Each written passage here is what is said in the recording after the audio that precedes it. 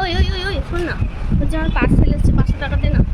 কি হলো? হ্যাঁ, পার্সেল এসছে 500 টাকা দে না, নিচে দাঁড়িয়ে আছে।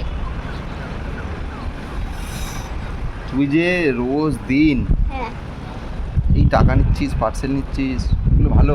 ফুচকা খেতে যাবি, এই করতে যাবি, ওই করতে যাবি, আমার ফোনে চার্জ নেই, আমি নাহলে ফোন পে করে দিতাম, দি না 500 টাকা। এগুলো কি ভালো? কমেন্টেও আচ্ছা, লোকে আমি- বলছে, এক সেকেন্ড বলতে দে আমাকে, কমেন্টেও লোকে বলছে তুই নাকি আমাকে টাকার জন্য বিয়ে করেছিস, এই টাকা নেই, মেয়েদের সবসময় টাকা নিয়ে মতলব খালি।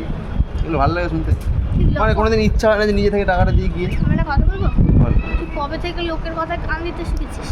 লোকে বলছে ভগবান কিছুই না, দুটো কান দিয়েছে, শোনার একটা জন্য। কান দিয়ে ঢুকাবি, একটা কান দিয়ে বার করবি। আর লোকের কথায় কান দিবি না, লোকের কাজ লোককে করতে দে, তুই তোর কাজটা কর। তুই কি ঠিক করছিস তোর মনে বলে? আমি কার থেকে চাইবো বল? মানে চাওয়ার কিছু অর্ডার করেনি কি দরকার? মা দরকার আছে, অর্ডার করেনি তো দরকার নেই। দে না বাবা। তোর মনে হয় যে আমি তোর তোর টাকার জন্য বিয়ে করেছি বা টাকা তোর থেকে সবসময় চাই মনে হয়? তোর কি মনে হয়? লোকের কথা ছাড়, লোকে তো অনেক কবে অনেক কিছু বলে, তুই কি লোকের কথা আমি বিয়ে করেছিস বল? 10টা বছর তো নিজের ডিসিশনে সব কিছু বুঝে শুনে তারপর ডিসিশনটা নিয়েছিস। লোকের কথা কান দিবি না, ওদের কাজ ওদের করতে দে, তোর কাজটা তুই দেখাস না। আর এর ফাঁসিয়ে সবসময় টাকা নিয়ে নিতে হবে। কি করে? কি আর করা যাবে?